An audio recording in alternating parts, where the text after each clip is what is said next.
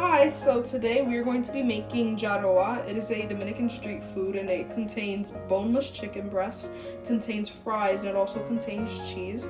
I already have some of my seasonings in the background and I cut some of the pieces off camera, but we are going to finish cutting the chicken breast into pieces like this size. So like this.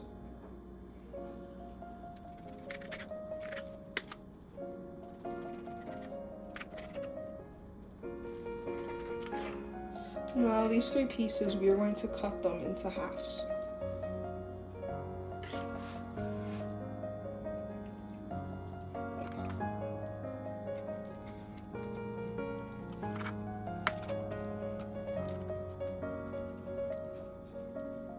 Slimy.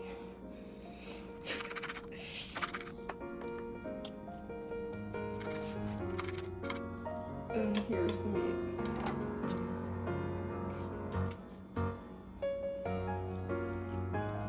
Now we are going to proceed to wash it. So now I finished cutting the meat, and I forgot to say that when you're using a knife, be very careful that you don't cut yourself on accident. So now that I cut the meat and it's in here, I'm going to wash it.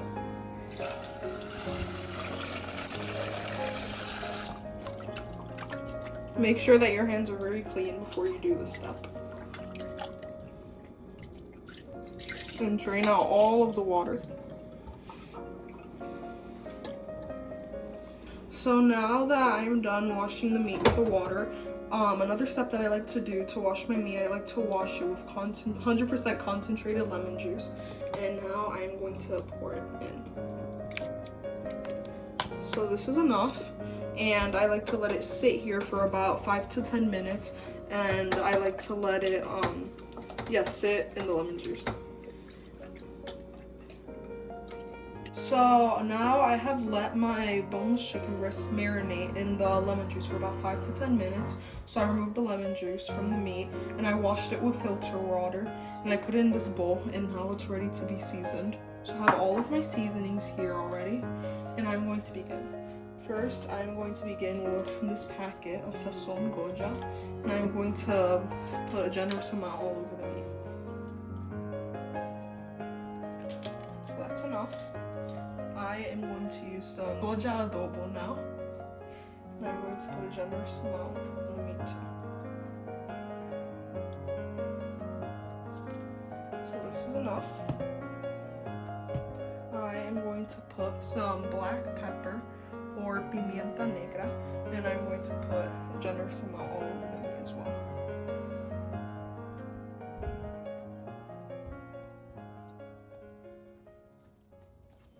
So this is enough. Now I'm going to add some ground oregano molido. I'm going to add some all over the meat as well.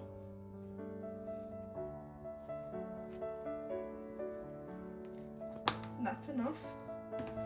Now I am going to add some minced garlic. I'm going to put some all over.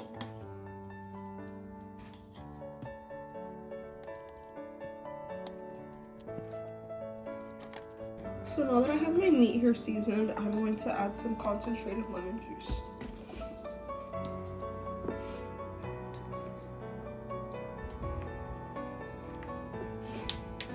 So now that's enough, I am going to use my hands and I'm going to mix in all of the seasoning in the lemon juice.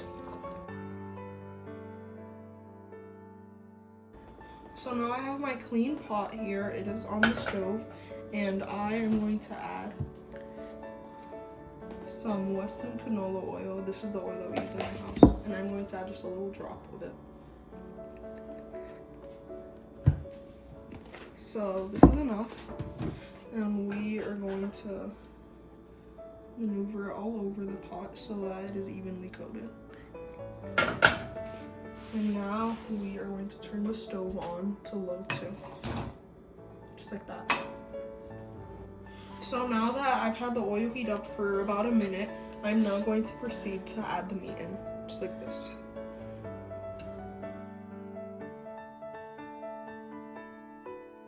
And now we have some extra juice from the seasoning, and we are going to add it in, just like that. So now that all of my meat is in the pot, as we can see, I'm going to cover the pot, and I like to cover it with a piece of tin foil because it's able to get all of the seasonings like very well marinated and integrated into the meat. So you're going to cover the whole pot throughout. And I am going to keep the fire on low too, so that the meat is able to cook in the inside and in the outside, because if I was to put it in a high fire, it would only cook in the outside and not the inside. So just like this. So I'm going to leave the meat cooking for about 35 minutes, and later on you can add a lid if you want. But yeah, I'm going to leave it cooking for 35 minutes. So now the meat has been cooking for about 20 minutes, and I just came to check on it. So now I'm going to remove the tin foil from the top. And as we can see, the meat is cooking very well. I'm going to put a clean spoon in, and I'm going to check. And I'm going to put the spoon in. And we can see already that the meat is soft and it's tender and it looks very juicy. So this means that we're off to a very good start. So we are going to put the top back on. Just for about 15 or so more minutes. You're going to leave it cooking a little bit more. So now the meat has been cooking for about 10 more minutes, so we are going to lift the foil up. And this is what the meat looks like right now. It looks very good. I am going to put my spoon into one of the pieces. And as we can see, it is very juicy and it is tender. I don't have to struggle to put my spoon in the meat. So that means that it is well cooked at this point. So now I'm going to cover my meat, not all the way, but I'm going to cover it up. And now I am going to put the fire from 2 to about 5. And we are going to let all of the juice in the inside, let all of the chicken absorb it so that all of the juice dries out. So I have come to check the meat now, and it has absorbed almost all of the juices, as we can see. So now I am going to turn the fire off fully. And now I'm going to begin the process of shredding my meat. Some people use a fork, some people use different things, but I'm going to use a spoon here. So all I'm going to do is I'm going to cut the meat up like this to shred it. So now we are going to continue shredding the meat. And when it is easy to shred like this, we can tell that it is juicy, it's tender, and it's ready to eat. So now I have a piece of tin foil here, and I just finished buttering the tin foil so that the fries that we're about to put on don't stick. So here I have some crinkle fries, and I'm going to go put them down.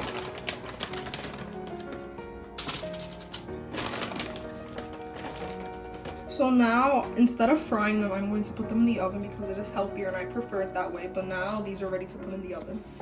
So I just finished taking my fries out of the oven. They are done, and I'm going to put a little bit of salt on them. That is enough. And I have my pan here. It is all buttered up. It's buttered on the bottom and around the edges as well. I have my cheese here. And I also have my shredded chicken, and now we are going to begin to assemble it. So my hands are clean, and for the first layer, I'm going to put some fries on the bottom.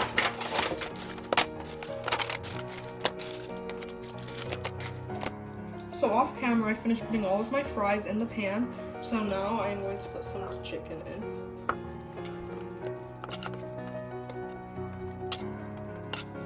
We have to make sure that we spread it out evenly, that we scatter it, and that all the chicken is not in just one spot, and that the fries are all evenly covered.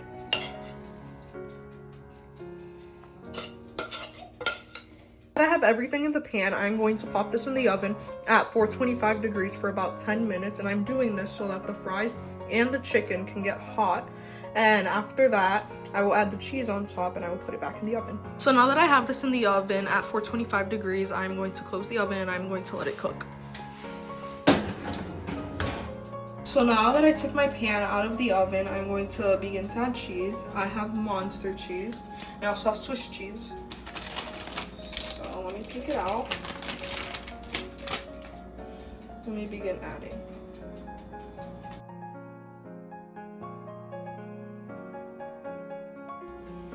So this is enough cheese, of monster cheese. Now we are going to add Swiss.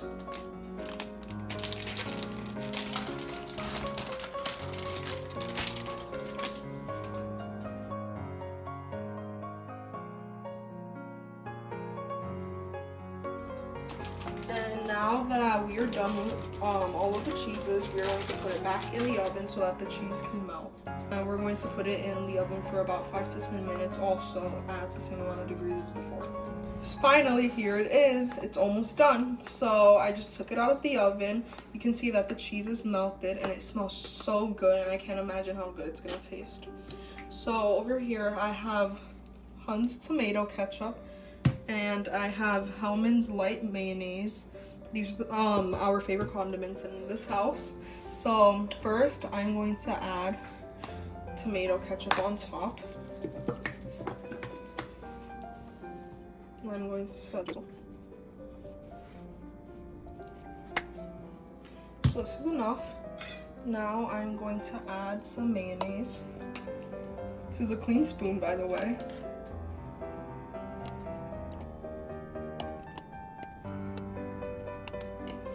And now we are going to smooth it out, just like this.